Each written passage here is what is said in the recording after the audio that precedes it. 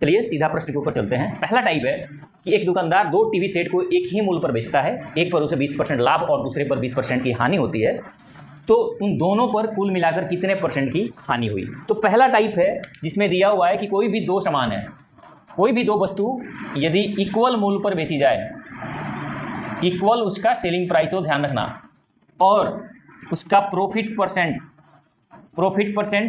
और loss percent बराबर हो।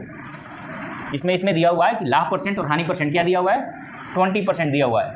तो जब इक्वल मूल्य पर सामान बेचा जाए, कोई भी दो वस्तु, जैसे इसमें दिया हुआ है कि 2 टीवी सेट समान मूल्य पर बेचा जाता है, कितने में बेचा जाता है ये दिया नहीं है इसमें, लेकिन एक पे 20% लाभ होता है, एक पर 20% हानि होती है। प्रॉफिट एक पर 20% और एक पर 20% लॉस। तो जब कभी भी समान प्रॉफिट या लॉस हो, समान मूल्य पर वस्तु बेची जाए, तो इस तरह के केस में हर कंडीशन में लॉस होता है, ये ध्यान रखनी है।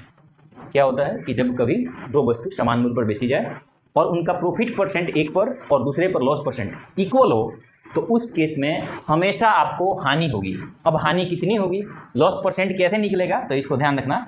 लॉस % का जो फॉर्मूला होता है वो है x²/100। अब इसका क्या मतलब है, x² का मतलब, x² का यहाँ मतलब है कि जो भी % दिया है, तो मैंने कहा % बराबर ही है 20%, तो आपको क्या करना है 20 का स्क्वायर और बटे 100। 20 का स्क्वायर होता है 400 और इसको 100 से भाग करोगे तो ये 2 जीरो खत्म होगा, इसका मतलब 4% की हानि होगी। यानी ये जो फॉर्मूला है, ध्यान रखनी है आपको, ये तब यूज होगा जब दो वस्तु समान मूल्य पर बेची गई हो और दोनों का प्रॉफिट % और लॉस % इक्वल है।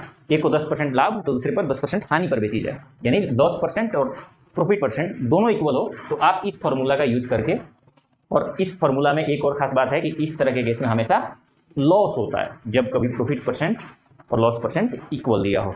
क्लियर हो गया। तो आपके लॉस % कितने आ गए, 4%, यानी कि 2 टीवी सेट को जब वो बेच रहा है तो कुल मिलाकर उसे 4% की हानि होगी। यही हो गया आपका आंसर। क्लियर हो गया।